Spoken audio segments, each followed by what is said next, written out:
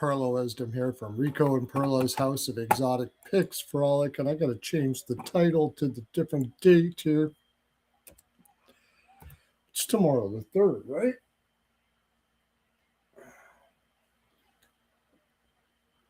Yes, 3rd. Okay. Update all. There we go. All right, we're here. I'm not even sweating my my premium saves prop isn't going to come in. Fortunately for me, I did have Carolina puck line second period.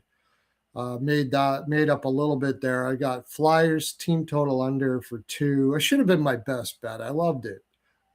From now on, I'm going to be betting more on it. I thought this is the first game. Maybe Carolina is a little bit rusty. I do have Anderson under 20.5 saves. I'm hoping that Philly just got a penalty here. Yeah, but it's not. I mean, still, it's not very likely that we're going to get shots. Oh, no. Carolina got the penalty? Or did they not? Oh, no. Carolina got the penalty. He swung his stick. Carolina should get a penalty here. We'll see if it happens, but I don't know. Because they didn't notice the stick swing. If somebody notices it, they might put 2 in. But Carolina's not even trying to shoot right now. They're just playing. So it's not going to happen that way. I'm going to end up, I got most of the things right on this game, and I think I'm going to end up almost even because of the goaltender. Because I had 4 units. I had Carolina money line at under 5.5, under 6.5.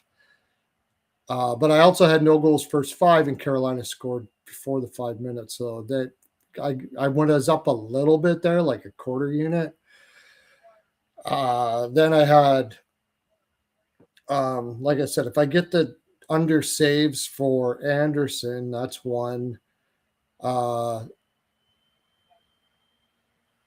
Oh yeah, that's right. Yeah, I didn't get the block shots. I don't think for Sealer. I'm pretty sure he had 4 in the first period, and they took 2 away. The fucking bastards. So I don't think I need him for 1 more. But I mean, Carolina hasn't even been really shooting it, so I don't think he got it. Nope. Still need 1 more block shot for Sealer. That's plus 155. I'm hoping Carolina gets power play here, and then they shoot, and at least he gets that block shot.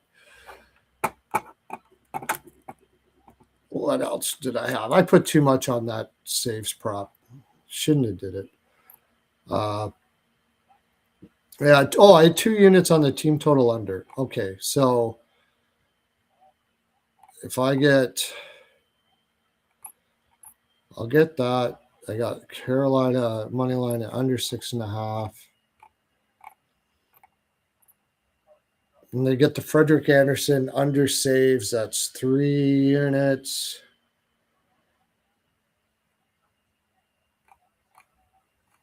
So it's about even. I should have did much better on this game. Much better on this game. I should have had way more on Philly team total under. Like that was a mistake by me. I should have had good 5 units on that. I listened to the ice guys, and I listened to people, and I was like, Carolina's had a week off, and maybe Philly would do something here. Yeah.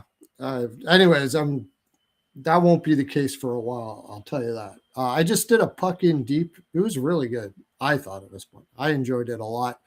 We talked about what I talked about last night about Edmonton Oilers, but we also talked about this series, the Pittsburgh series, Vegas series against Anaheim.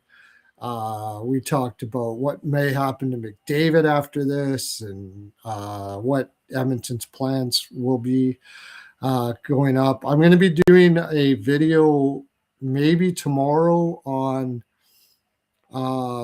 if I have on Toronto and what they can do with that roster. That's going to be fun. I don't know. I don't know what they're going to be able to do with that roster there in Toronto, to tell you the honest truth. Like, I've thought about a few things.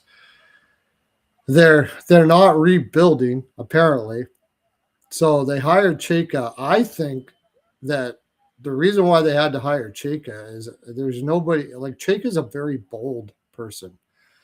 And I mean, he took that Arizona job, and you can say what you want about whether he did well or not did well or what have you. With some of the moves he made, he had a mandate to make that team competitive. Oh, I think they got a 5-minute. Okay, they got a 2-minute power play. Let's see, I had 19. I need 7 shots. It's just probably not 7 saves. I don't see it happening because right after this power play, or not long after, Philadelphia is going to pull the goaltender, and that'll be it for that. Down 3-0. So, but I mean, some of the things I'm looking at for Toronto, like he's got a mandate that he's not rebuilding. So what I would do if I was Toronto, what I think I'll do in the video, we'll see. We'll see. I might come up with some new, different stuff. I would go and get guys like Bjorkstrand, maybe Schwartz, out of like these guys that won't need no trade clause. That shouldn't need no trade clauses. That are older, and if it goes awry and you are not going to make the playoffs, you can trade them for draft picks at the deadline. Like give them 2 years, 3 years at about $5 million, manageable, tradable assets. That's what I would do. Marchment, if you can get him. I don't know if he's interested in going to Canada. Where did he went to Seattle, right? And now he's in Columbus. They're going to try to sign him there. We'll see if he gets it. But he's a guy that can have value if he puts up some numbers up front, up on that top line or whatever. And if you're in a playoff spot, then I guess you just roll with it. And if you're not, you can use some of these players for picks and then do it again. That's all I can come up with that they can help do. You probably got to look to trade Stolars to try to get somebody or something or whatever. You got Riley there that I don't know. It's questionable whether he'll. I don't know if he's been asked about his no trade clause. Personally, what I would be doing if I was Toronto is I would be going Nylander. But I know they're not going to do that. I know. That's what I said. If you were listening yesterday, it's not over, but I have Anderson under saves in this game. It should have been my best bet, actually. Because Carolina's not even going to shoot now. I should have had way more on Anderson, and I should have had way more on the team total under for Philadelphia. Oh, there's one shot. Carolina did get one shot. I mean, are they going to make me sweat?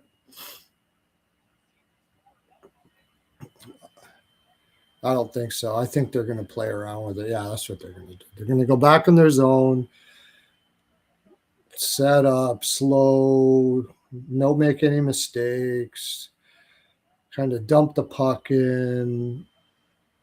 If they shoot, it's going to be basically to get a whistle. They're going to keep this game slow and make bad passes like that, obviously. And as soon as this is not long after this is over, this power play is over, they're going to be Philly will be pulling the goaltender. But team total under every game in this series for Philadelphia. Another mistake I made with this game is not taking, and I'm so mad at myself. I don't know why I didn't think about it. Not taking players to not get a point for Philadelphia. I'm going to start doing that in this series. What you're seeing here from Philadelphia, like you said, well, they're not shooting. They're not getting a chance to shoot because Carolina is just insane shot suppression team. And Philadelphia was the second or third worst shot production team in the league. So pretty hard to, I mean, that's a recipe for not getting too many shots, right?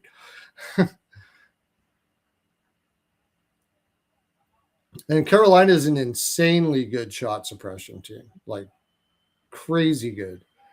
Have been for, they've led the league in shot suppression for 3 years or 4 years in a row. Come on, get some shots. Just try to make, oh no. Why did you do that? See, that's why you shoot. Brindamore should be losing his mind right now. That's why you shoot. Just take a shot, let Vladar cover it up. I thought that's what they would do. They're playing around with it too much, man. They could actually end up getting a goal against them the way they're playing this.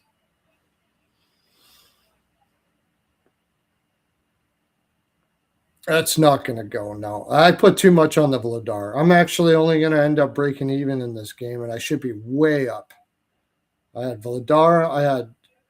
I should have trusted my gut instead of listening to everyone else. Carolina had a rest, so maybe Philly's got something here. And I only put one unit on the Anderson under saves, and that should have been way more than that. That should have been my premium play. Instead, I had Anderson. I had Vladar over saves. That was my premium. I got it back with the second period puck line for Carolina. I thought about this third period puck line, but I'm basically relying on an empty netter. And Carolina is not usually a team that,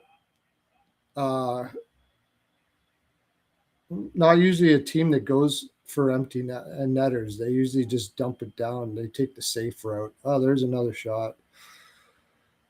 That's 14. Even the under for Anderson could be tight because it's 20 and a half. Because once they pull the goaltender, if they pull the goaltender, I need Carolina to score right away. No, it screwed me up too, as Carolina scored in the first 5 minutes.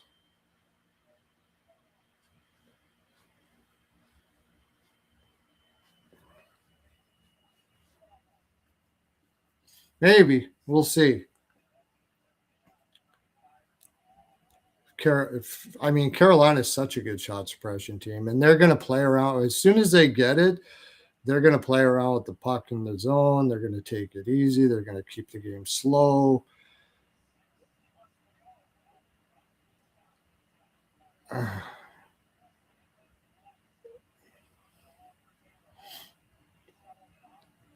So this is where I think that teams should be shooting. Just shoot at the goaltender and get the stop the play. Like, instead of dumping in the corner like they just did right there, that's a dangerous move. Just shoot it at the goaltender, make him stop it, and get a face-off, and you can get possession in there. Plus, you slow down the game. That's a way better than just flipping it in a corner and basically giving up possession 100%. You know.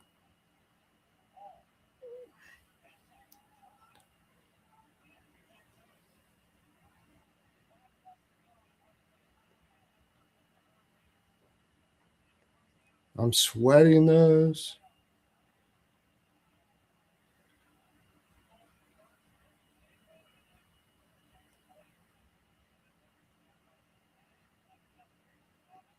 The other argument for not shooting at the goaltender is that you keep the offensive players tired on the ice, so when they get down in the defensive zone, you got a lot more chance to take possession back. I can see that, I guess.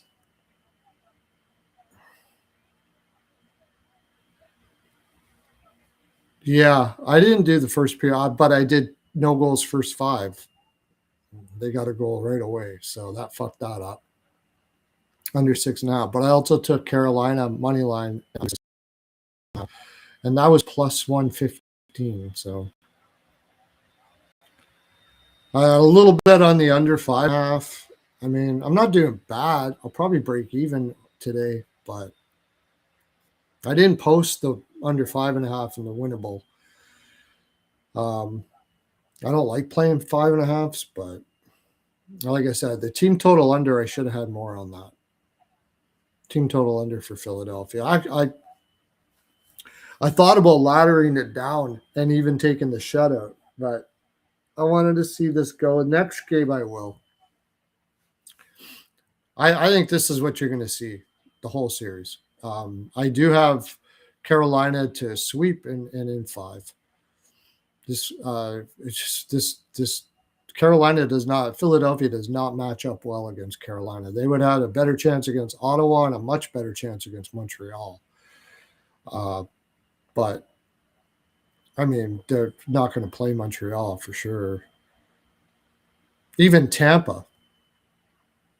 Buffalo, I don't know about that. They got to diversify their game. They got young players that, Michkov and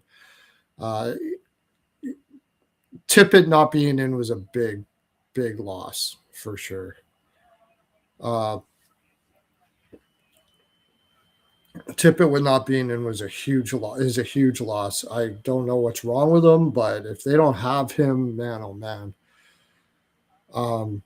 Let's say I got Forster. He's going to be very good. He's just, like these guys, Zegras, his first playoffs, Carolina. Oh, did they get a penalty? Oh shit. Oh no. Or was it offside? No, it was a penalty. Fuck. Oh man, that hurts. You're right. The 20 and a half may not come in now.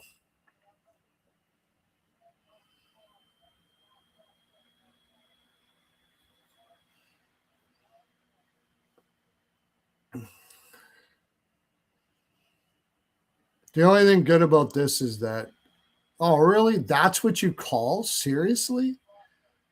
And what are you doing, Svechnikov, for fuck's sakes? He's taking bad penalties a lot. What was the point of that? If I'm Brindamore, I lose my fucking mind. Are you kidding me? What are you cross-checking a guy for? In that spot when you're, I mean, Jesus Christ, that was terrible. Oh, they don't get it out, for fuck's sakes. Oh, now they do. Okay, good. The only thing good about this is that they can shoot at the empty net, and it's not if they get up 4-0, that should kill the momentum there. I don't know Philadelphia will let the empty netter go.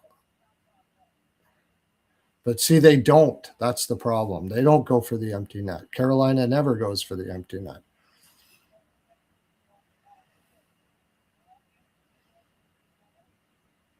And Philadelphia's power play is ass. Oh, that's going to be a shot. Fuck. That flip in is going to be called a shot. I'm sure of it. Anyways, with Toronto, yeah, like I heard Riley about it. I mean, what are you going to get for Riley? I can't even put a number on what Riley you would get as a return for Riley. I don't think it'd be great. Probably they wouldn't even be asking to get much for Riley. They just want to get rid of the cap it. And sure as shit, what they'll do is they'll throw a bunch of radish.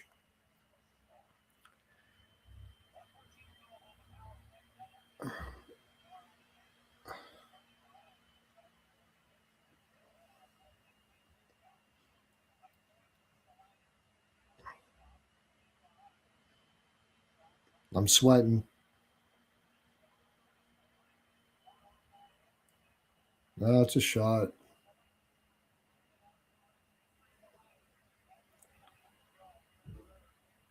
Come on, block shots, Carolina, block shots.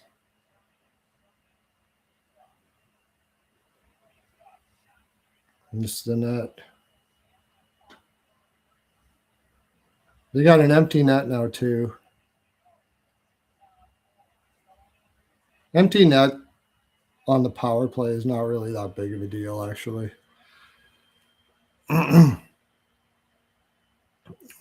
Doesn't really change all that much. The only thing you got about it is if you do get a rebound, you got an extra guy there for it. But yeah, I think Toronto is. Yeah, I think that's what they'll do, and I just don't think that's what they should do. I don't know. Radish, I put a number on Radish. He had one good year. He's 29 or 30 or something like that. Like 8 for 6 or something like that, maybe.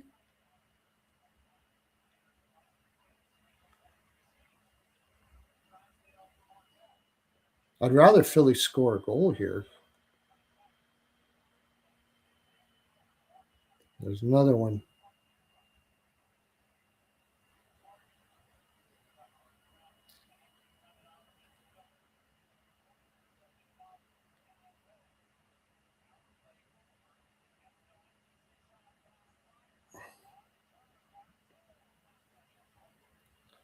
Fuck it.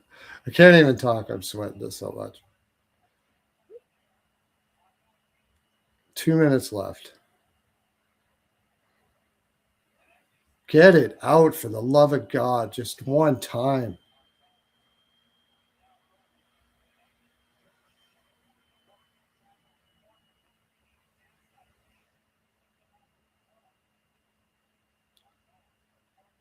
Finally.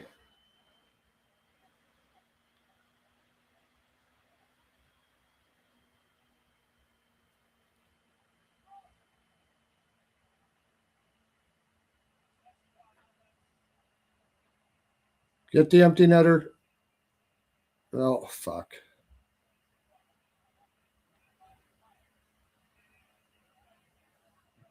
1 minute left. I don't know. That won't be called a shot, I don't think. If I wanted saves, that would be. Oh, they did call that a. Are you kidding me? How is that a shot? They would. If I was wanting the saves, there's no way they would call that a shot.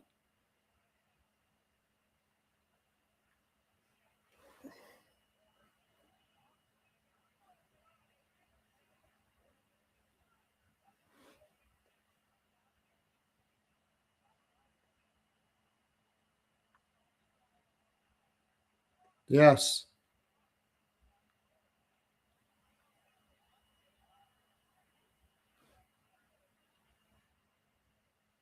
52 seconds left. Come on, Carolina, do your work. Yes.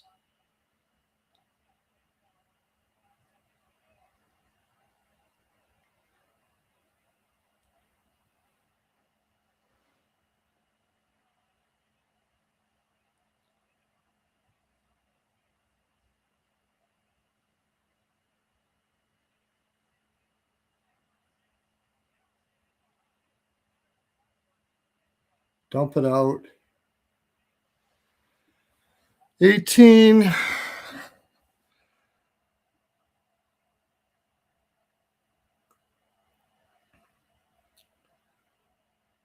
Okay, I got under saves. Fuck me.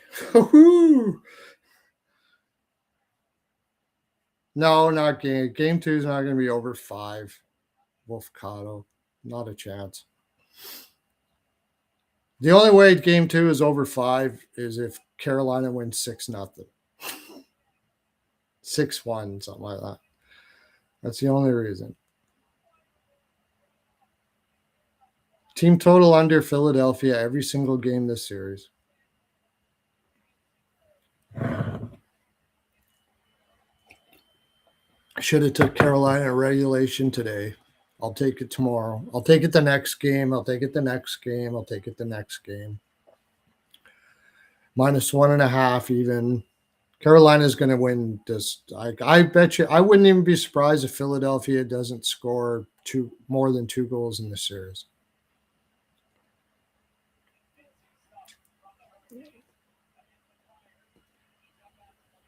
All right. After all that, let's look at the series is coming up. I'm going to be on with Exotic Wagers tomorrow morning. The forecheck at 10 o'clock, 10:30 in the morning. And we'll go in a deeper dive in all of these. Tomorrow's game, Tampa and Montreal. I guess I'll share screen.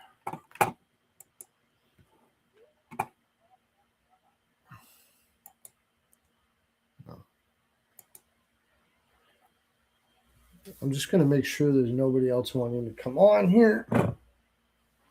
I don't think JD's coming on. I know that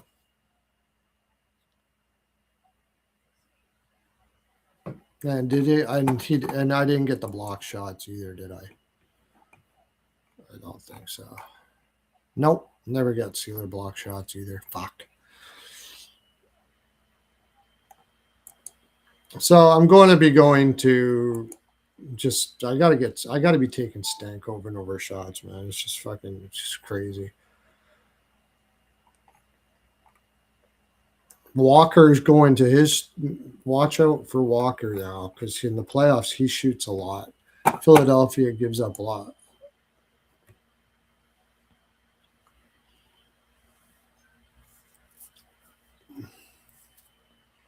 Oh, no fourth goal for 8 minutes. Wow.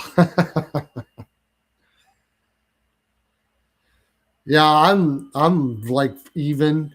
I lied about the second period puck line. I fucked up. I put too much on Vladar over saves, not enough on Anderson over saves, and not enough on the team total under for Philadelphia. Not going to make that mistake next time. That's for sure.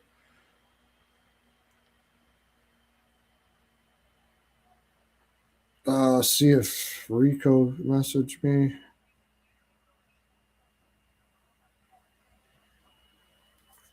Okay. Tampa Bay, Montreal. I already have Tampa Bay in 7 for the series at plus 300 and something like that. I might just ride with that.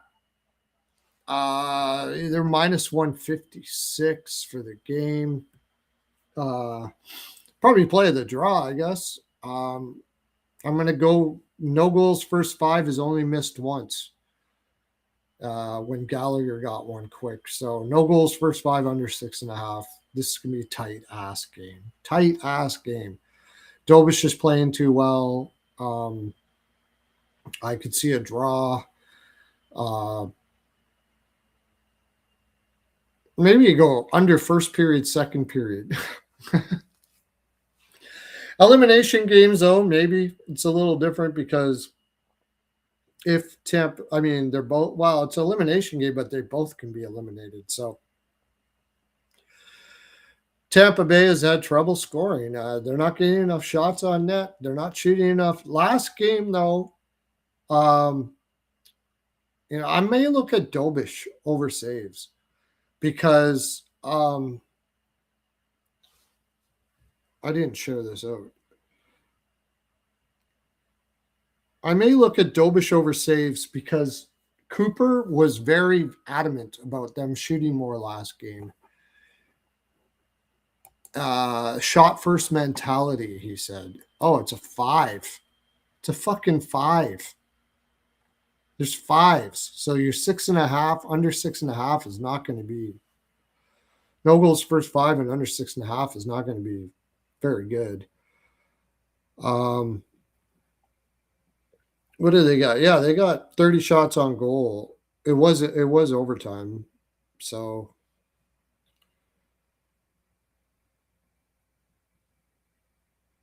let me see. At home,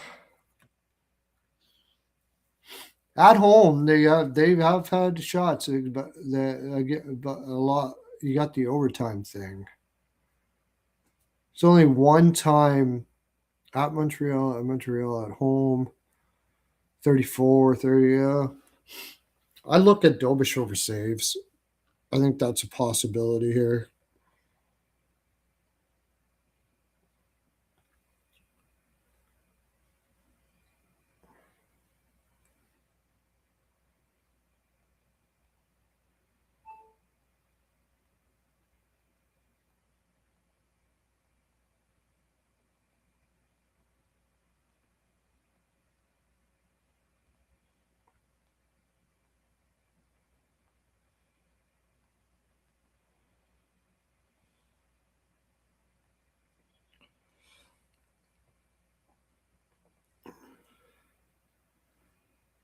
NHL.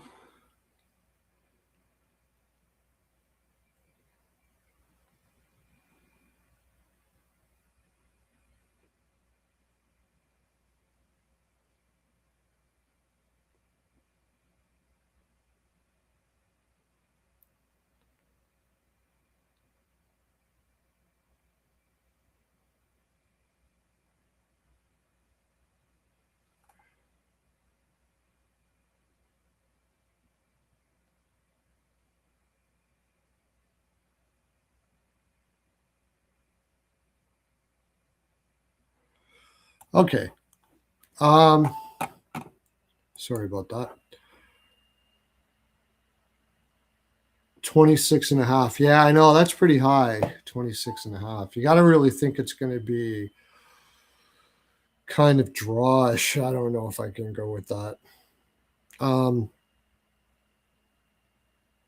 Again, that shoot first mentality. That's they've been getting about at home. They have been getting up to 30 shots, but it could be so tight that they're so hard on the stick. Like they're both desperate that yeah, I'm probably not going to take it. Probably not going to take it. Hey TL35, I just added you to my community. Sorry about that. If I sometimes forget to go into that community link. By the way, for right now, you can get a full calendar year of my picks where I'm up 430 some odd units or something like that this year. Looks like it's going to be in the 450 year, somewhere around there for units, which is about average for me. It's usually about 350 to 650. My highest was 750. Timu, okay. Thanks for coming in. Yeah, for 150 bucks with promo code Hymes 12, all caps. 150 bucks for a year. I don't know what you play for units, but if you do the math, I mean, you could be playing $1 a unit and you'd still be up 350 bucks or 300 bucks or something like that. So, but that's an early special. You can get in on that. If you just played my premium Goldie props, although I didn't get it here, I'm 30-9 on the season. So if you put like even $100 on that, you're still making your money back in spades. So a lot of it, I should have been up about 500 and some, but I had a little vacation and I was gone for like 3 weeks. I probably would have been up about 500 and some units if I was back for that. So you like that 500, 600 unit plays, do that, play my plays, and then just add that to your bankroll for all the other sports you do or whatever. It's pretty much, I like 7 years. It's not even that I average that many units. I play a high unit per though. So if you got to be really comfortable with my plays because I don't really go on the, you're going to lay down a lot. Either lower your unit size, or if you're really confident, just play your unit size and go with it, or play it at quarter units per. So if I say 4 units, go quarter per or something like that. Yeah, that's what I'm talking about. I have a winnable. You can go to my Twitter, hit the top, 150 bucks for a calendar year. So if you bought right now, you would get it till next year at this time.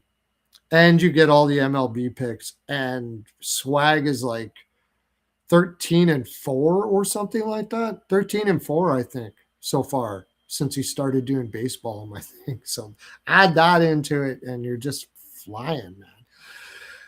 All right. So tomorrow, Tampa Bay. I leaning Tampa Bay. I already have Tampa Bay. I had Tampa in 6 and Tampa in 7. And I had the series to go 6 and the series to go 7. So I'm already making money. or I'm already green on it either way. Not green, but if Montreal wins, I'm pretty much break even because I put more on the 6 and more on the 7. If Tampa Bay wins, I get another, I think it was like plus 350 or something like that. No, plus 250. I can't remember. But if the 6 was something like no, how did that go? The 6 was 300. I think it was like 2 something for the 7 for Tampa Bay. I know a lot of people were on Montreal because of the value at plus 200 or what it was. And that's probably was the value. And you're seeing it here. I got to give it to St. Louis, man. I got to give it to St. Louis. He's St. Louis is a hell of a coach, man. This is a guy who never coached in the professional level before he took over the Montreal Canadiens. And I loved what he said after the last game. The last game, he said, it was to the reporters when he was talking, he said, this might have been the best game I've seen this group play. Now, I don't know if that's totally true, but it's a great thing to say. And they lost because they lost the game. And he said, I'm a believer that things happen for a reason. So in other words, he's boosting up his team, saying you played great and you lost, but I think things happen for a reason. So he's kind of adding fate into it. This is how you build belief in a team. The belief is half the battle in hockey and probably sports in general, honestly. You can have all the talent in the world, but if you don't believe in yourself, you're fucked. It doesn't matter what you do, even sports handicapping. Even what I'm doing with hockey handicapping. If I start getting down on myself, I start questioning myself and stuff like that, I generally overthink things or I miss plays or whatever. If you don't have belief, your talent's not going to help you enough. Let's put it that way. It'll help you, but not enough. So he's building belief in his team. And he's saying like, it's almost like it's fate. So, and then he said, everything happens for a reason. Now we get an opportunity to learn to play a game 7. In other words, we're going to learn something here because we're going to go play a game 7. We have an opportunity to have a challenge that we can overcome, and we can believe in ourselves and play like we did today, as good a game as we can, and learn from this and winning the series or maybe even losing the game. Unbelievable what he just did there, because he's building belief in this team. B, he is saying he's giving an energy of fate, like this is meant to happen and we're up to the challenge. And C, if they do happen to lose the game, it's a learning experience and we're going to grow and we're doing awesome and everything. Positive energy and building belief. And St. Louis has been awesome at this, because to tell you the honest truth, this roster with Gallagher and Anderson, Newhook and stuff, going into the playoffs, Doc and Bull Duke were struggling all year. They look much better in the playoffs here, probably having belief in themselves. But going into the series, I'm sorry, that team is top heavy. If you look at analytics for each player on that team, and I am an analytics person, but it's not the be-all, end-all of everything. The analytics is a good part of it, but a lot of the things I'm talking about, if I see it, I'll take a team that on paper analytically shouldn't win. If I believe they have more belief than the other team, I'll take it. It overcomes it. So on paper, this team shouldn't be where it is.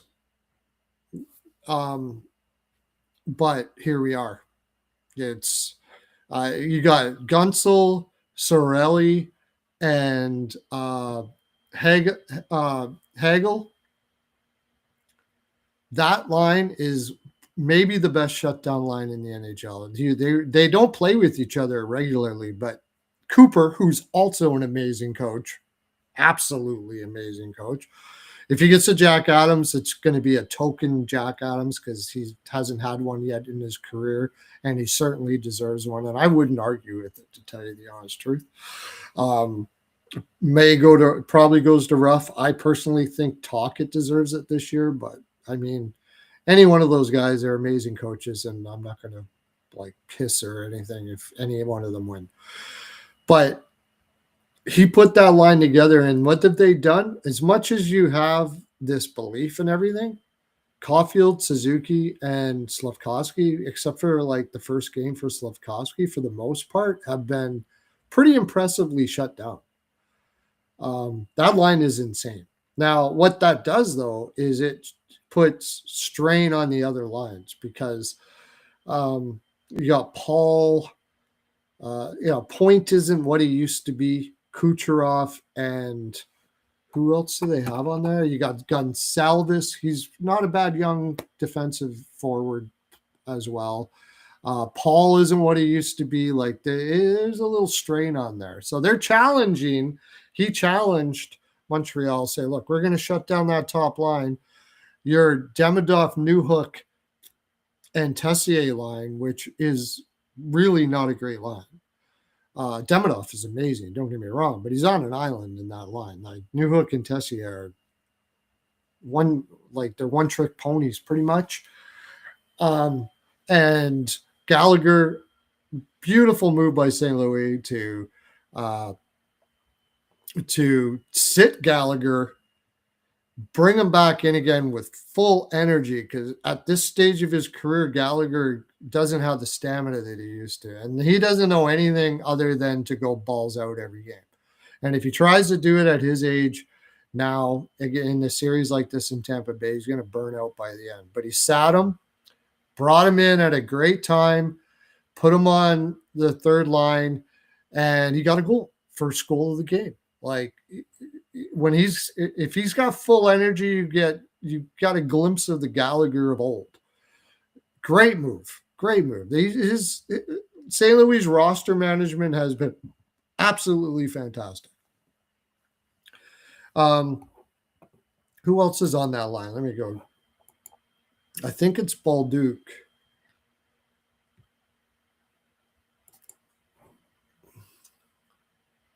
And of course, again, Dobish. For a rookie, pretty much. I mean, I think he played last year actually, but like as far as in the first for a youth center, he's playing with a ton of belief. No, they have Gallagher up on the second line actually with Newhook and Demidov. That was a good move. And then you got Jake Evans. Jake Evans is really good. Deno's not what he used to be.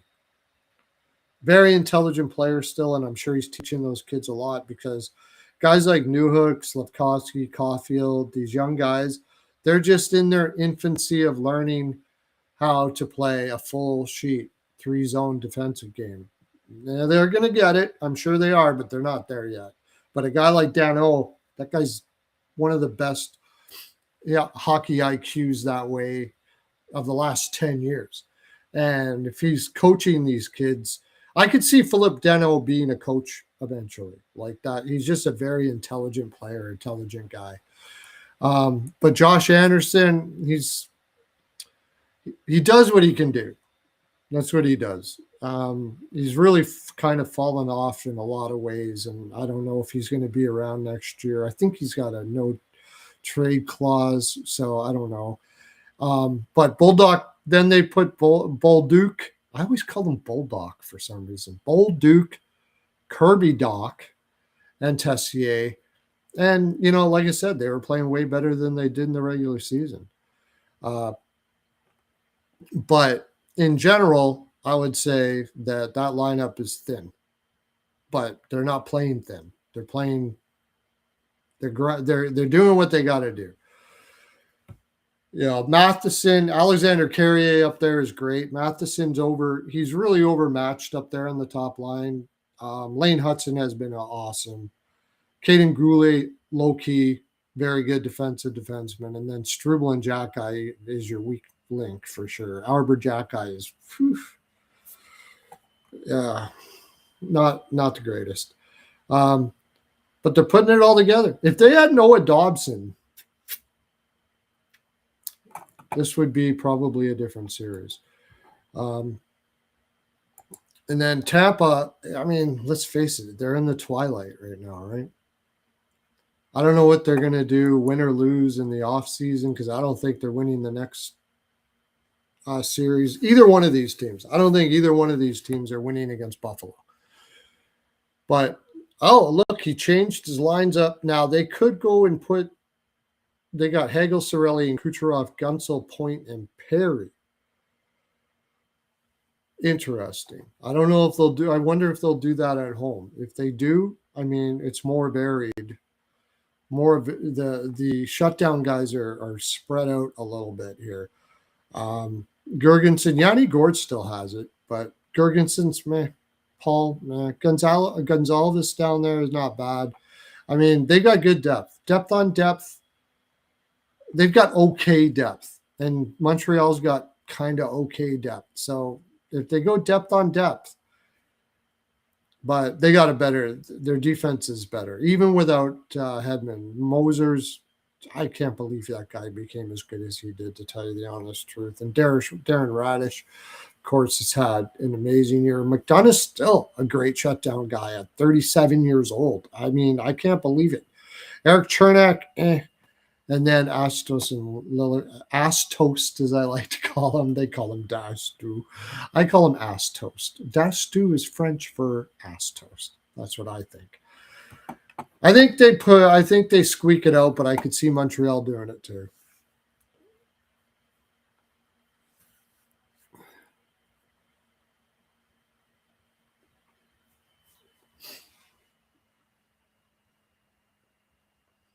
But Cooch, Hagel, Slav, and Tex. Yeah, I mean, I think JD said something about first period plays here.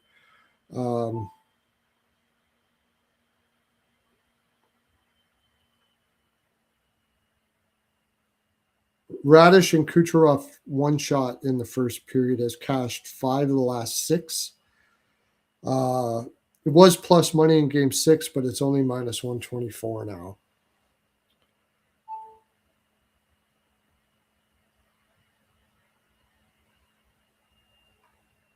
So there's something. There's another thing there. I take Kucherov over shots again. I took him last time. I mean, in this type of game, Kucherov is probably going to be. And like I said, the mandate has been to shoot more from Tampa. Tampa's probably going to show Montreal something that they haven't seen in this game.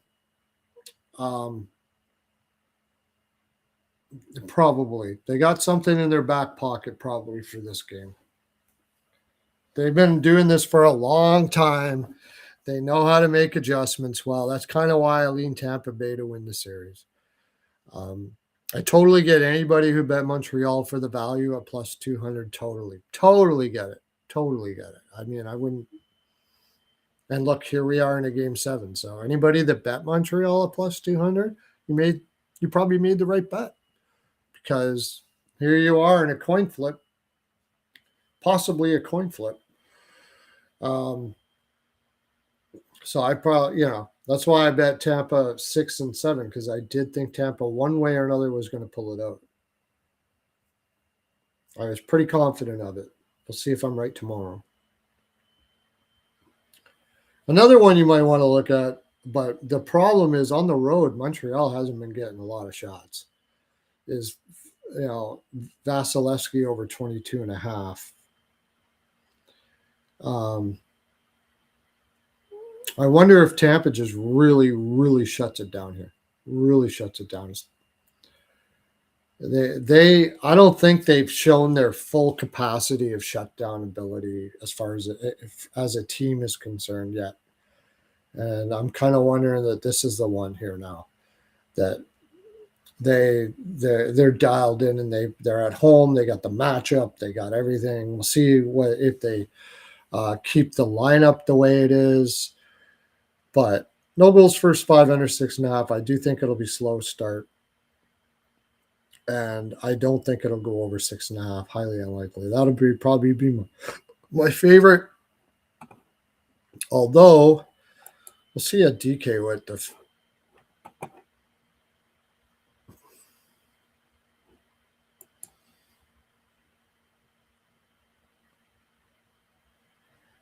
I should have timestamped this. Shoot. What time did I start?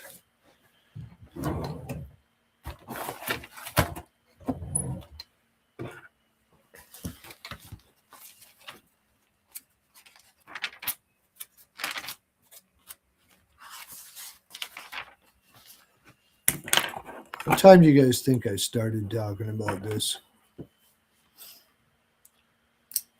Maybe 35?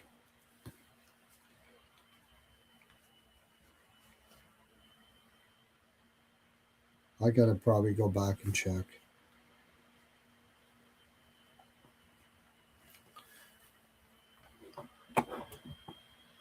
What was I going to look at? No goals first five, but what was the reason for that?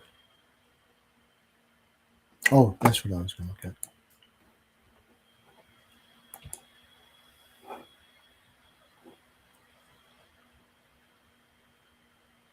Yeah, under 5.5 is minus 148. So this is a 5. So I don't know. No goals first 5 and under 6.5 is probably going to be pretty juiced. Take a chance at no goals first 10. Or go with the. I wonder how juiced that'll be. Both teams to score a goal first period, no. Where did I get that at? Is that on FanDuel? I think that was on FanDuel. Neither team to score one, or both teams to score one in the first period, no. And under 6.5. That should give you a better price.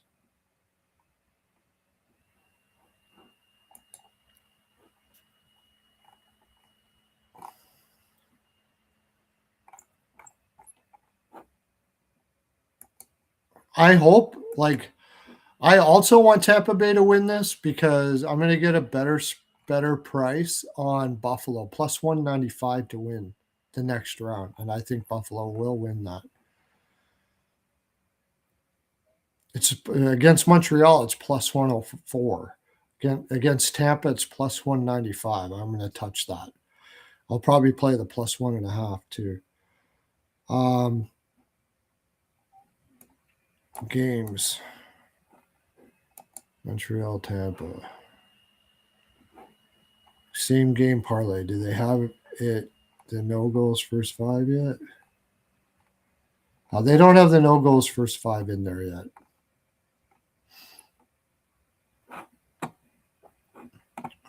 But both teams to score first period, no. Where did I get that at? I think that might have been Bet365.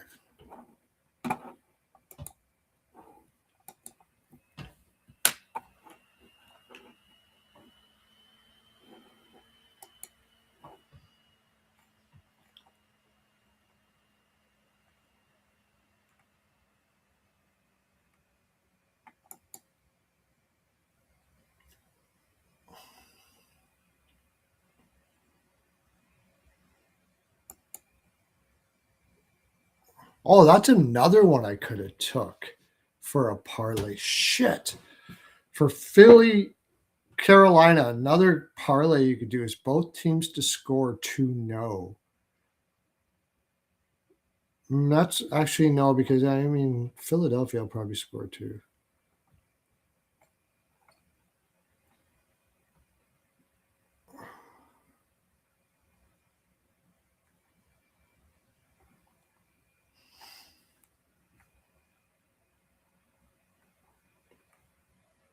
Where's the first period?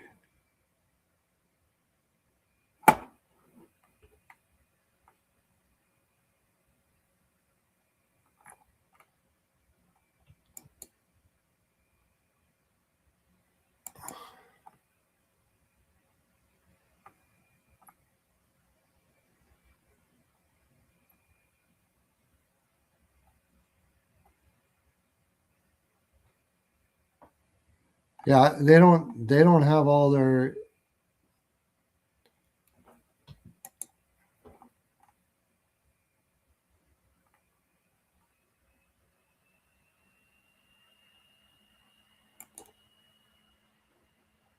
for both teams to score first period goal no is minus 310. So I don't know if you're getting a better price on that or not.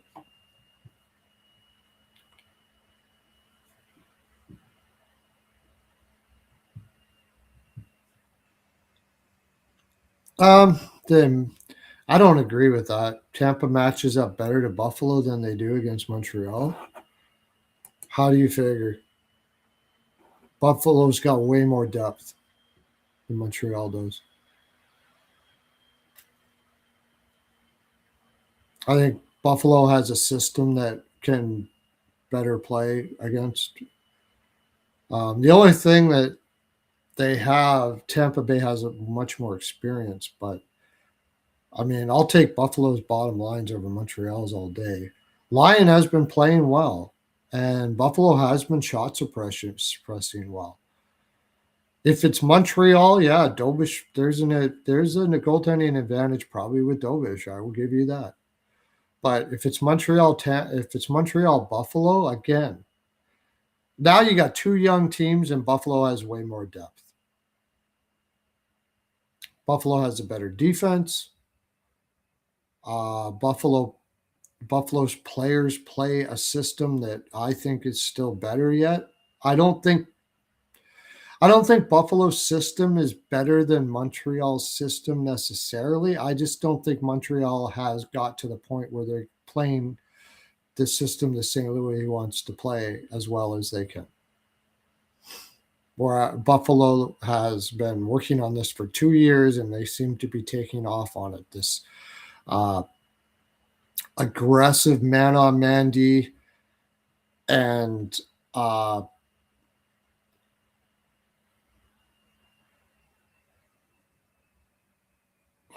really good at goalie saves. 30-8 for premiums for me. Didn't get this one though. I was 30-7 before today, but I had the under. I got it back a little bit with the under saves for Anderson, although it was a bit of a sweat. So if it's Montreal, I gotta go with Buffalo still, man. I just that what that those I know they're not the most physical defense in Buffalo, but they're big. They're big, and they get the puck out quick, man. Quick. They're super fast. They're super aggressive. They're all over you. It's a similar style to Carolina, not quite that the same. And when they are forced to clog up the slot, they've got those big sticks. It's going to be tough for Montreal to get inside and get possession a lot in. Much stronger. I mean, Tage Thompson and Tuck, McLeod, great shutdown center. Is it Zucker? I think they can move on from Quinn after this season's over. I don't know if they will. But what is there?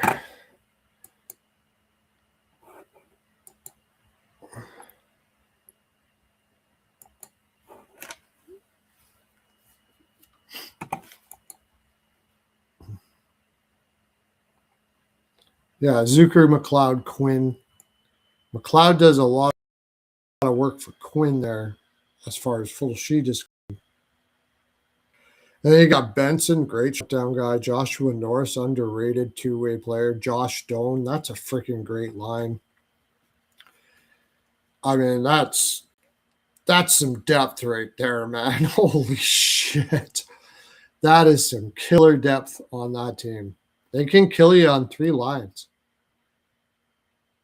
Like, I don't see that Newhook line being able to do much against any one of these lines. They could be very overmatched. And for defense, it's not close, man. Darlene Samuelson, Byron Power, it's not even close. Montreal's got the edge in goal. I'll give them that. What's Lions playoff stats? Let me see. Show playoff stats.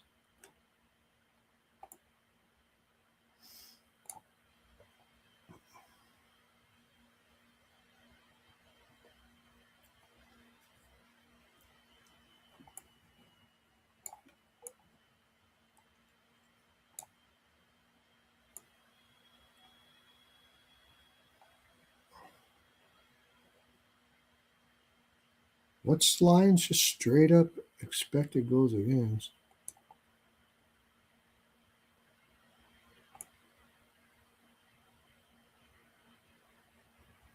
Why don't they just have the regular save percentage?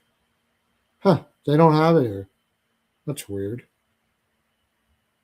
They got all the expected goals against and all that kind of stuff like that. His expected goals against is 747, and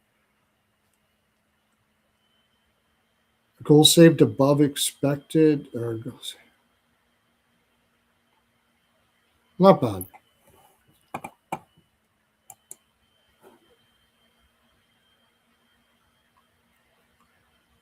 Do I think any?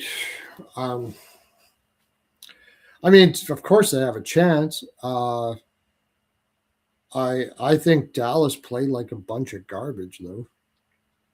Like they played terrible. But give it to Minnesota. I think a lot of people are going to bet Minnesota after that Dallas series, and I know Minnesota played really well. They sure look good to the eye test, but Dallas played like ass, like absolute ass. They played really bad. Slow moving out of the defensive zone, like they were so slow out of the defensive zone. It was crazy. And Minnesota was just over them, all over them, like pig on shit, man. Like friggin'.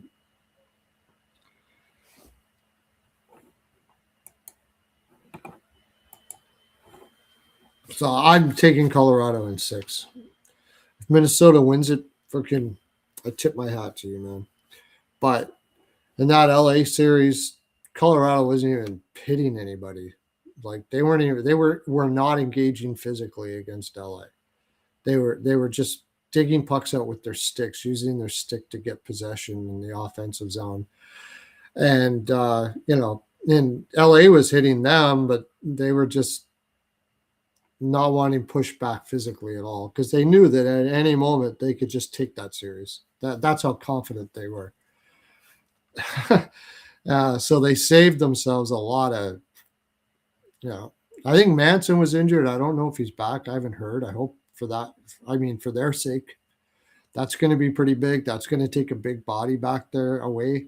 But Minnesota loses Brody, and again, Brody's injured a lot. Without Brody, that gets thinner there in the back line. They're going to have to depend on Faber and Hughes, who looked absolutely dominant in that that Dallas series. The thing is they did a lot of stretch pass stuff, and I'm not sure you're going to get away with that with Colorado like they did with Dallas.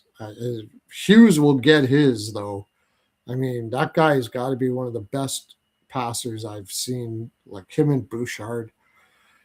Absolutely amazing passers out of the defensive zone. And, both of them looked amazing against Dallas. And I'm sure they're going to, be very good here. I love the Felinos. It's hard for me to go against any team that has two Felinos on it, man. Those guys are heart and soul. Boldy, they got great shutdown players. Kaprizov, he gets offense. People talk about his offense, but that guy is a shutdown winger too. He's incredible. And Boldy as well. And Eck. Honestly, as far as shutdown players are concerned, I might give the edge to Minnesota. And that in the playoffs is huge. But Colorado does have Nichushkin. It's hard to look at their analytics for the regular season because I don't think they were doing a lot of shutdown stuff in the regular season, although they had the best defense, the best team defense in the league in the regular season.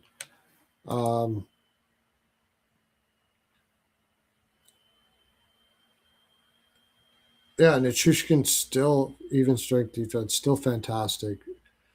Lehkonen, I'm sure he's still elite. Oh yeah, Lehkonen is elite. Nelson had his best year, full sheet ever in his career. Like unbelievably, like through the roof, 75% above expected. So the only guys, Nietzsche doesn't play D at all. He's just a flat out forward. He floats, and they let him float just like they used to do Rantanen. McKinnon, he can do it any way you want. Like, it seems to me that McKinnon the last 2 years has been just doing a lot of flying the zone, and I think Bednar's just said, "Look, we need you. Your offense is so good. We can put Lehkonen on there, and we're not going to worry too much about, take your risks, and we need your goals." But 2 years ago, he was almost 95% above. He was an elite defensive forward too. He can do it at any time. So, I mean, this lineup is set up to win any way you want. It's got speed. It's got depth all through the lineup. As much as I love the heart and everything of Hartman, I think he's. Eck is questionable for game one. Holy fuck, man. Yeah, I mean, if Eck is out for much time at all, then Colorado definitely will win the series. Just no doubt about it. No doubt about it. If you could take one guy, either Hughes or Eck, I honestly would rather. I think they have a better chance, and I know this is going to sound crazy, with Kaprizov out than Eck. With just simply because of their center depth problem already. So I got Colorado in 6, but I'll see how long Eck's going to be out. You got Brodeen out. I mean, I can't see Minnesota. Without Eck, there's no way. I would be absolutely blown away if Minnesota beats Colorado without Eck in the lineup. Blown away.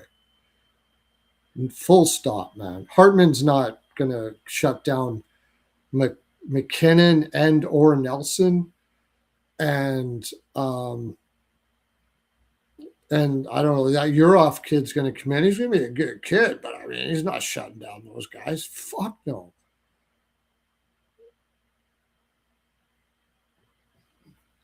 I think Tampa matches up better against Montreal. Any team is going to match up better against Montreal than Buffalo. Right now.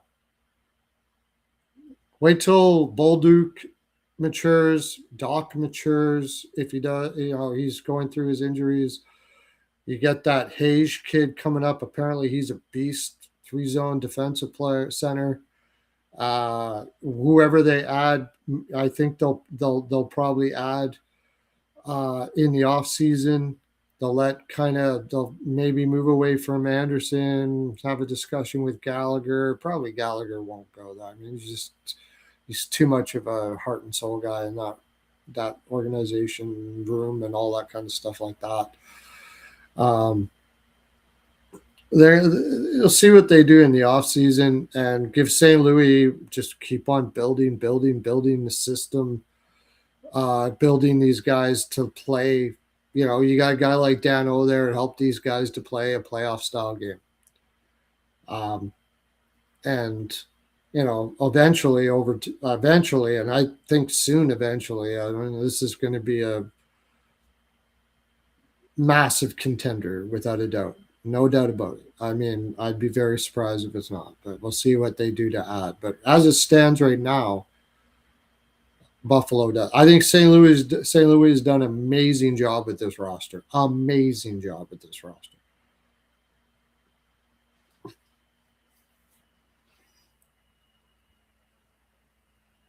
I think Tampa is just Point is just not what Point against Tage Thompson, if that's the way it's going to be. Pretty tough the way he is right now. They can put that Cirelli line back together and stop Tage line, but then you've got the McLeod line, then you've got the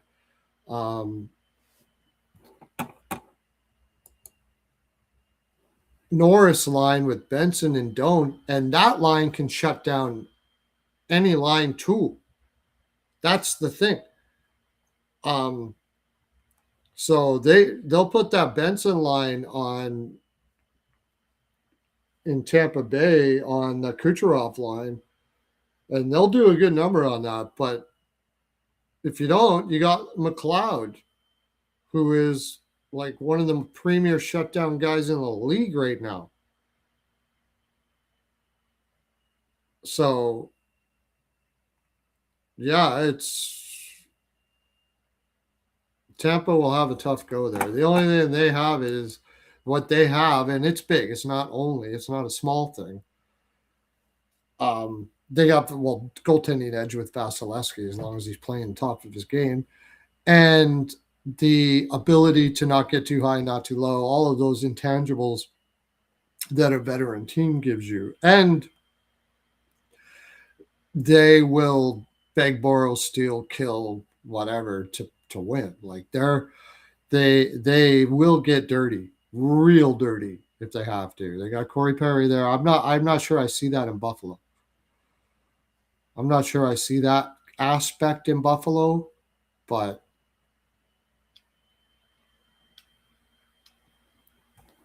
geez, I'm talking about all these series in the chat. Anybody that was watching this, the question was that you're asking, do you believe Tampa matches up better against Montreal or Buffalo? That's what the question was.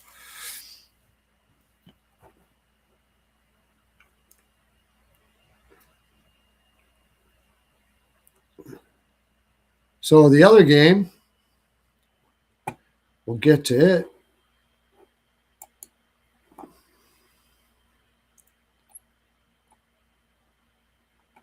And the series as well.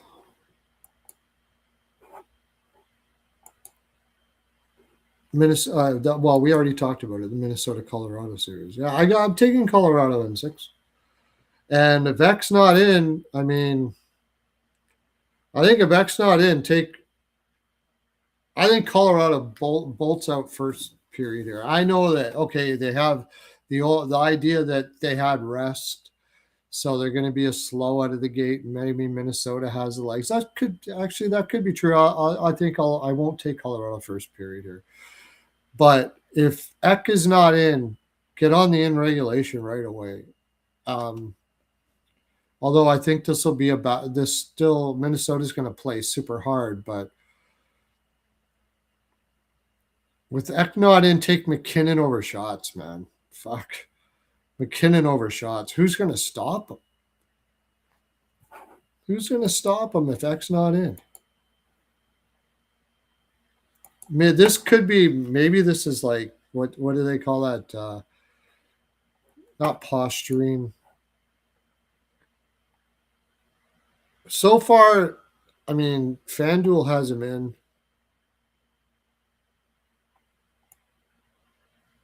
But if he's not in, you're talking about like Michael McCarron up there on the second line, taking for a goal, I guess. Boldy over Shots, just insta Boldy over Shots. Going to be a little tougher. Colorado's a great shot suppression team. The 8 best shot suppression teams in the regular season made the playoffs. The only teams that weren't were Montreal and Minnesota, I believe.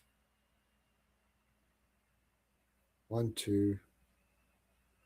Ottawa was, yeah.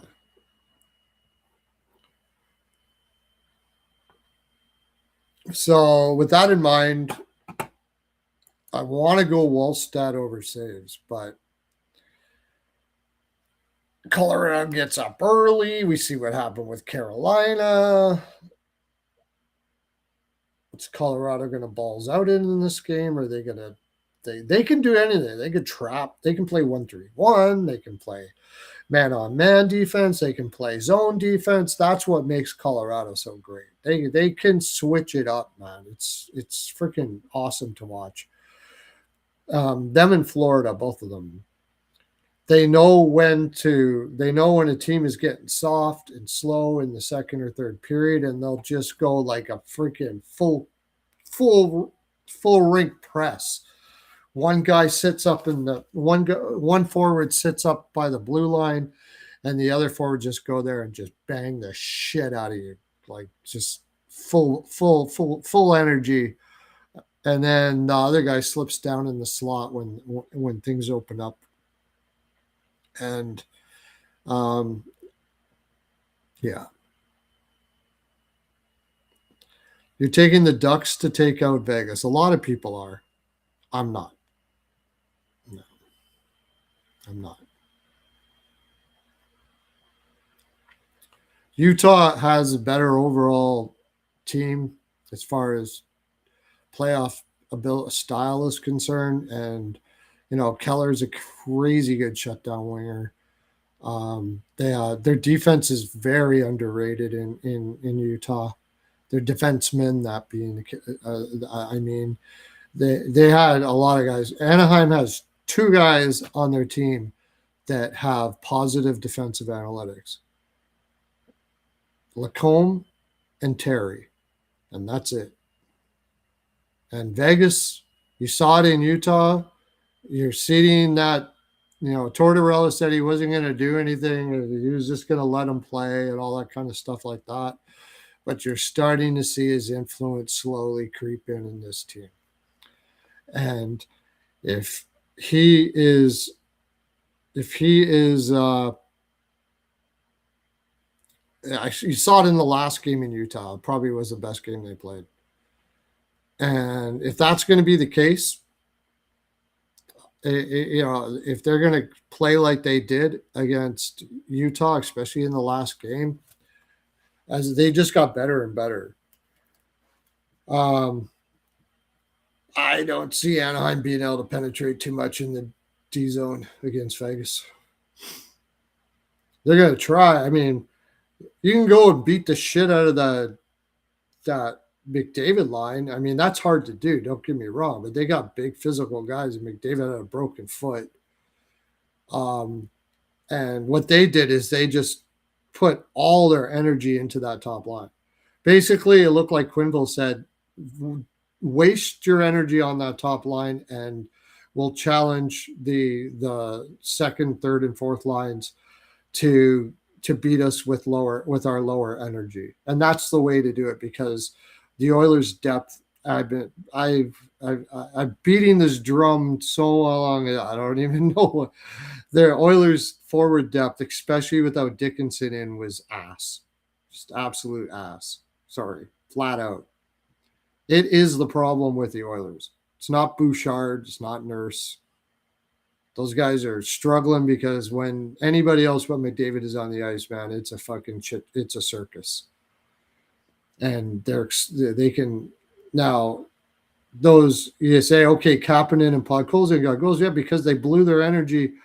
What Knobloch started doing is, okay, we're gonna wait for them to burn themselves out against the McDavid line, and then we're gonna put Draisaitl and Kapanen and as much as we can, the Draisaitl line out. So Podkolzin and Kapanen are going up against, especially if they got them pinned down like if they ice the puck and they're still on the ice, they're playing against tired players. So they had a better opportunity to score. They didn't play better than the McDavid line. They had a better opportunity to succeed because of it. And then the third line, even with tired Anaheim players, they could control them. That's not happening in Vegas. That is not happening in Vegas.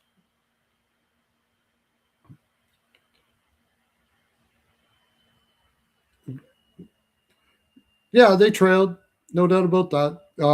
But they looked good, even though they were trailing. They looked better and better every game.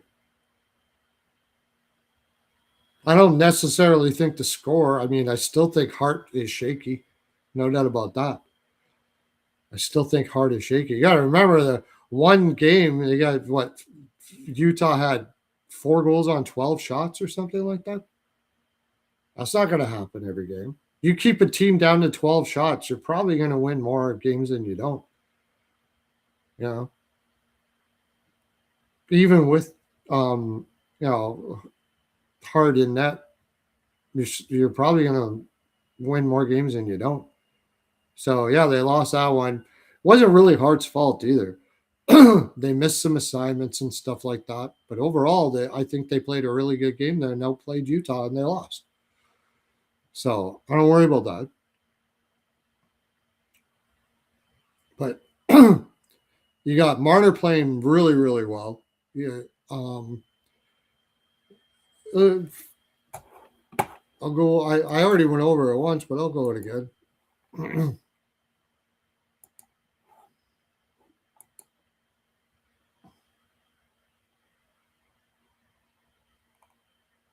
Yeah, Barbashell. I love the fact that Pavel Dorofeyev take him over his shots, even though he didn't get it last time. I don't think he did, anyways.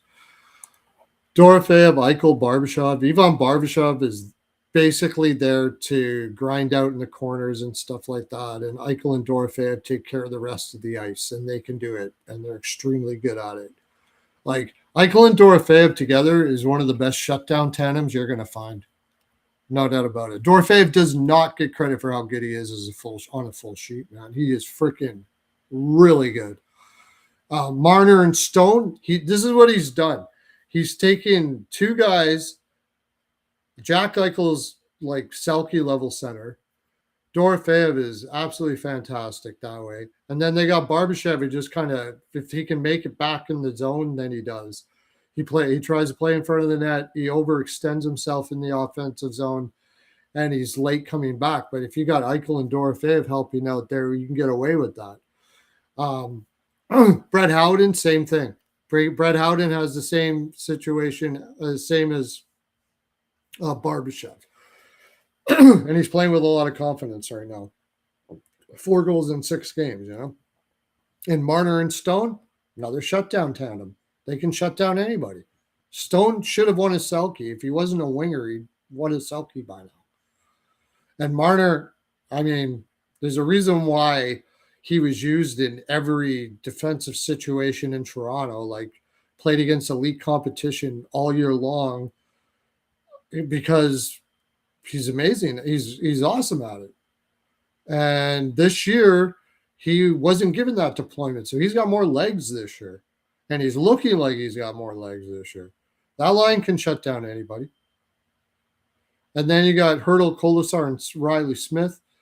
That is probably your weak link on the lineup, that third line. But you're going to try to put those guys up against the fourth and third lines as much as you possibly can. And Cole Smith is having a hell of a series for a fourth liner. Nick Dowd and Sissons. And then defensively, I mean, the defense is not even comparable. It's like, forget about it compared to Anaheim. McNabb, one of the best shutdown defensemen in last 10 years. Shea Theodore is very good. Theodore is very good. Noah Hannafin and Anderson, they're not the greatest defensively, but when you got guys like Eichel and Marner helping you out down there, they're great offensive players, getting the offense moving. What am I trying to say? Play drivers is what I'm trying to say.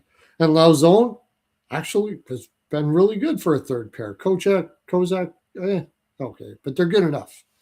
They're most certainly good enough. The weak link is Carter Hart. But if you don't allow them to have a lot of shots against Anaheim, I mean, you look at Anaheim's team. Offensively, they got a lot of weapons. There's no doubt about that. Troy Terry, Leo Carlson eventually, I think, is going to be much better on a full sheet. But right now, it's not even asked of him. It's just pure offense. Granlund and Seneca, same thing. It's just, if they are playing, they can burn you if they're playing in the offensive zone. Any other area of the ice, this lineup is in trouble. And you're not going to keep Vegas in the offensive zone for like 60% of the time like you could against the Edmonton Oilers. It's just not going to happen.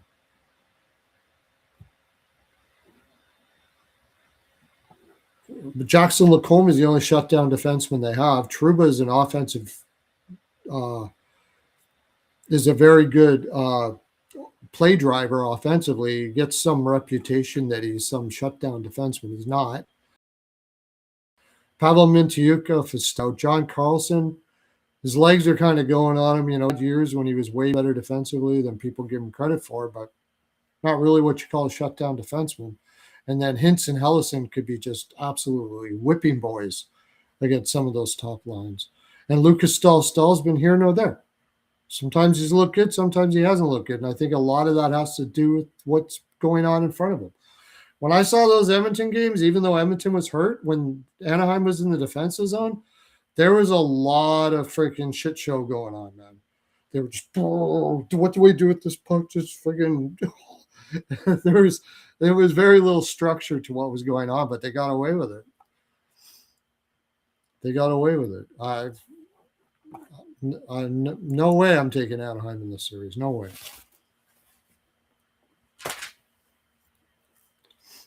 I mean, yeah, Trouba will get his block shot. He'll get block shots for you, but that's because he spends a lot of time in his own zone too. That's two things when you're blocking a lot of shots. There's only like a couple defensemen that block a ton of shots that are really good defensively. McNabb was one of them. Gudas used to be, but he's been injured and he is. Tanev for the most part. But like, if Slavin is blocking a lot of shots, Carolina's in trouble. Because that means they're spending too much time in their own zone and they're not playing their game.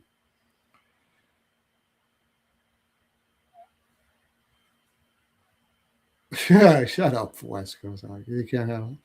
That is definitely not the case because Quenneville's system is fairly simple. But they got a very young team that are learning the game still. Awesome talent, incredible talent. Seneca is a great talent. Carlson's going to be amazing. I mean, this team has got a future that could be absolutely mind-blowing. I got my questions about Q, man. And I know Alex freaking hated me when I said that.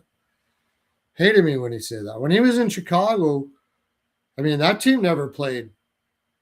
I don't know what. that team didn't play a collapse system of any kind. That was like pure offensive. They had so much talent on that freaking team, and then they had brilliant minds like Taves and Kane. Kane never. I don't know. He didn't. If he sniffed the defensive zone, it was a like no, he wasn't, and he didn't have to.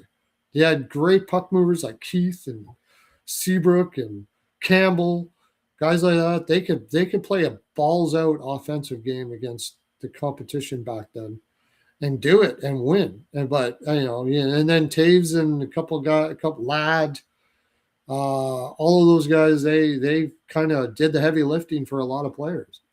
And then in Florida, I mean, when he was in Florida, when that happened with whatever happened in Chicago, I was pissed. Although it didn't change when Odette took over.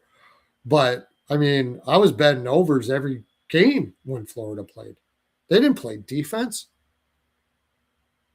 And when they did win the President's Trophy that year, I think it was Boston to beat them in the first round.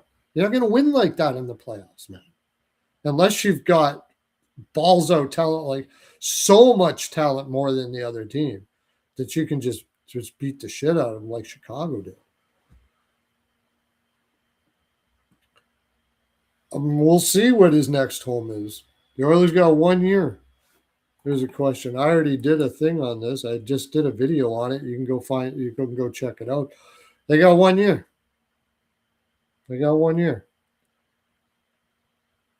There's in the video I say a couple of players that I think can help that team out, that will help their defense and will help their goaltending and their forwards.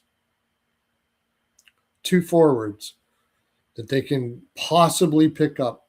I'll give you a hint. They're both from Alberta. That they could possibly pick up that would help that team and would even help their goaltending and help their defensemen as well. And if they don't fix that, if they don't fix the forward depth to be able to play against top lines, they're never doing it. They have this year, but I mean the following year. Yeah, the following year it is truly do or die, because I think they're going. I think they're just not going to be able to trade him. They're not going to be able to trade him because if they do things right, he may not leave. Anyways, if he wins a cup next year, he probably signs long. If they fumble it, then you wonder if he's even going to bother going into another summer and say, look, I'm 31 now. I think that's what he would be. I don't want to give this. I've given you so many years. He took a $12 million contract. Going back to that Broberg and Holloway thing, they dropped the ball because they didn't match the offer from St. Louis. I think part of the reason why they didn't match the offer is they had no idea that McDavid was going to do a solid and give them go at $12 million a year. They were probably thinking they were going to have to pay McDavid $16 or $17 million. So they were looking down the road at their cap space, and everything's McDavid. If they don't have them, 7-year rebuild probably. Who knows how long it would be? It would be.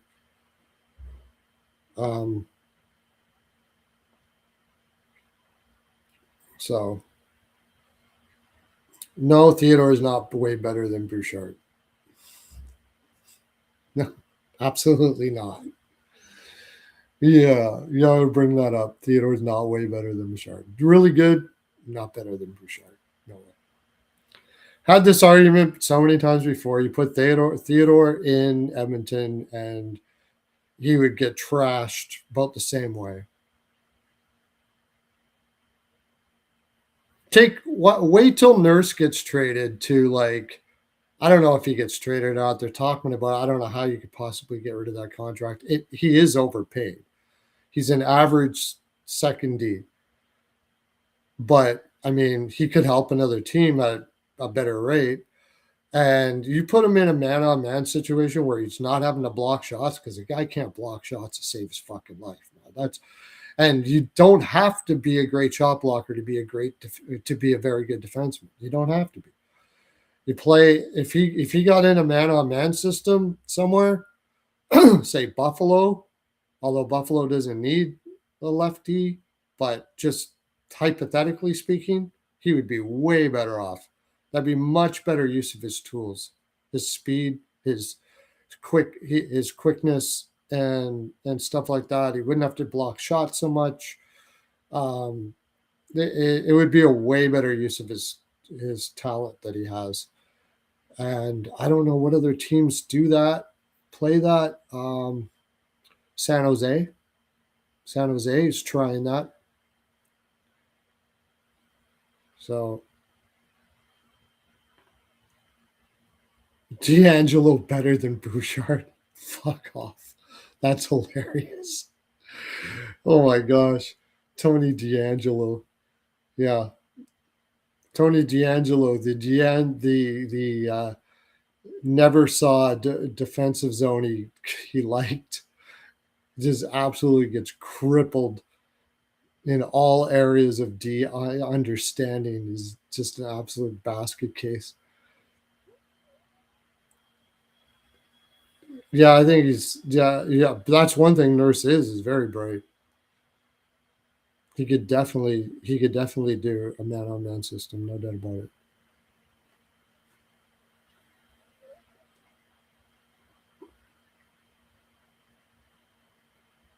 Just like watch him block shots, man. I've never seen a guy so well. I've seen guys worse at blocking shots. Those are guys that just don't block shots, like D'Angelo, for instance. They just like jump out of the way. That would be worse. But for a guy who literally tries really hard to block shots, I don't think I've ever seen a guy do it worse. He goes down into like goalie poses and flops around like a flounder. It's freaking comical to watch. I don't know how you cannot figure out how to do that. Yeah, that contract is still an anchor. Yeah, no doubt about it. I don't know. I don't know how they could possibly get rid of it right now. They're not going to. I think what they do is they get Laviolette, man. Get Laviolette. Get a man-on-man system in there. He seems to be able to teach it real quick, too. He seems to be able to get guys on it real quick. He's a great coach. Great coach. And he's a 2-year window guy. But you're going to have to dedicate yourself. But that's exactly what they have to do. You have to be like totally dedicated, man. Like freaking ball all in. Tell your family, I'll see you at birthdays and shit. Like he wants focus. And that's what you can't, that's not sustainable. But if you want to win a cup and you want to totally dedicate yourself to just being practice, getting better. He wants his teams to hang out with each other on the road, no fucking around, all that kind of stuff like that. Sort of like Cassidy that way. No screwing around. Eat. Have your mind on the game. Like he is intense, man. But he's not I don't think he's an asshole though. I don't think he's an asshole. I just think he's really intense and very, I could call it demanding if you want, but McDavid to the trade. Yeah. How many cups for Laviolette? 1, I think. 2 finals, 1 cup. Brought a Nashville team to the finals that had no business being there whatsoever. Philly team to the finals that had no business being there.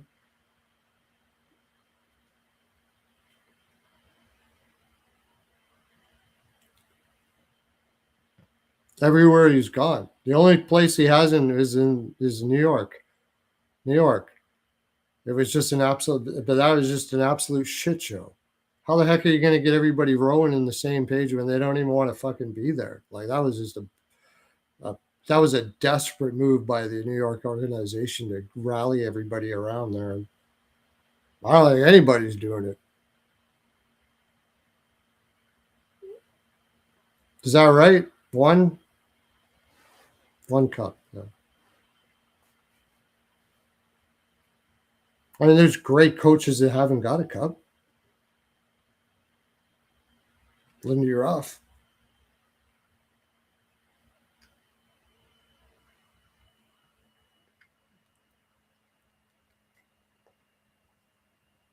Barry Trotz, he won one with Washington, did an amazing job in New York. I mean, those teams had no business making it to the freaking Western Conference Finals. I don't really judge it on how many cups you win. Depends on the team you had, what you did with that team, all that kind of stuff. There's more than just that. You got to work with what you got. Rick Tocchet doesn't win a cup as a coach. Brought Vancouver team again, like those Arizona teams made, like I think he made the playoffs once or maybe twice, but they were in it almost every time. It wasn't so complicated, wasn't complex. There's nothing wrong with a complex system, and I guess I should put the word more complex in front of it. And some people will say, some people make the argument that zone is more cerebral, which I would say. I mean, I played zone and I played man on man. They say it's more cerebral. I'll say zone is very communicative, but you have an opportunity to communicate a lot more because everybody is in earshot with each other when you're talking about zone. So you're talking back and forth to each other all the time. Where to go? This guy's here, that guy's there, or whatever. Yeah, it's more communicative. But man on man, you got one guy up there. You have to think, where's he going? What's that guy going to do with the puck? And what do we do from here? You have to anticipate the direction it's going and move before it happens. Unless you've got like crazy speed, but most defensemen don't have. And even then, if you can anticipate it, like you see Carolina does, like it's crazy. You see the shot suppression today from Carolina? That man-on-man system, and that's not even in the defensive zone. That is all over the fucking ice, man. Everywhere. The amount of practice and learning to work as a team and thought process that goes into, eventually it gets more automatic, but it takes time. That system takes time to know exactly when to go, when to pinch, when not to pinch, when to grab people at the neutral zone. When a guy loses his man in the corner, what does everybody else do? Where do we go? How do we go from there? Where do you stand when you lose the puck here, when you lose the puck there? Zone, you communicate where the zone goes. He's going to your side. You move out, everybody stays in there. I found that way easier than man on man. Way easier. And I can't, like, but if man on man is mastered, and it's physically more taxing on the body. Man on man is way more physically taxing on the body than zone. That's why a lot of coaches like to stick with zone, because they don't want to burn out their D-men. But Buffalo's got those long, lanky defensemen. It helps it out a lot to be able to do what they do. Power and Samuelson and Dahlin, and that helps it out even more.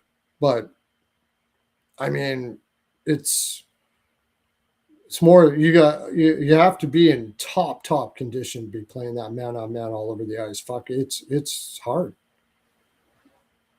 So I say it's not more complex. I don't understand how you could think that, because when I played it, zone was much easier to play. Much easier to play. It's more communicative. I will give it that. No doubt about that. You'd have to, because I mean, in man on man, there's still communication. Don't get me wrong, but there's a lot of times when players aren't even in earshot of what you're doing. and you have to make decisions before you test before somebody says anything. So, and you got to have forwards in zone. Forwards can fly the zone a little more. They can come back late a little more, so you have an opportunity to be more aggressive in the offensive zone. But Carolina does it both. It's crazy. It's pretty awesome to watch, actually, and it's pretty amazing that those players can do that for a full season. That's why they seem to burn out in the second round. But this year, I don't think it's happening. This year, I think they fly through to the finals. But anyways, did I talk about everything here? Did I talk about the game for tomorrow?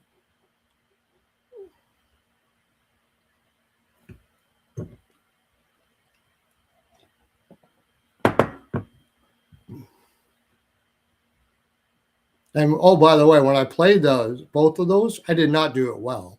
Neither our team did not do it well. For sure. I mean, we're not in the NHL, but coaches did in midget and stuff like that did a variation of it. And I don't even think it's like what they do in the NHL. And it was a fucking bitch. It was tough.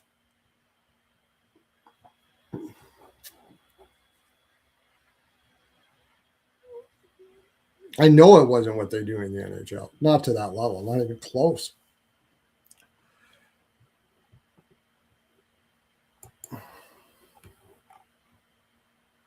Yeah, we did the Colorado Minnesota game. And I guess we'll talk about the rest of the series tomorrow morning at 10 a.m. Because we'll be on the forecheck with exotic wagers. So we'll see you then. You're going to be on there. I can't remember if you were busy this weekend or not, JD. I hope you're on there. Statmaster J. Tomorrow, 10:30 a.m. Exotic wagers with a Z. And we'll be going over all of these games all over again. Hope you enjoyed the conflab that I was having. Yeah. See you tomorrow, guys. Have a great day.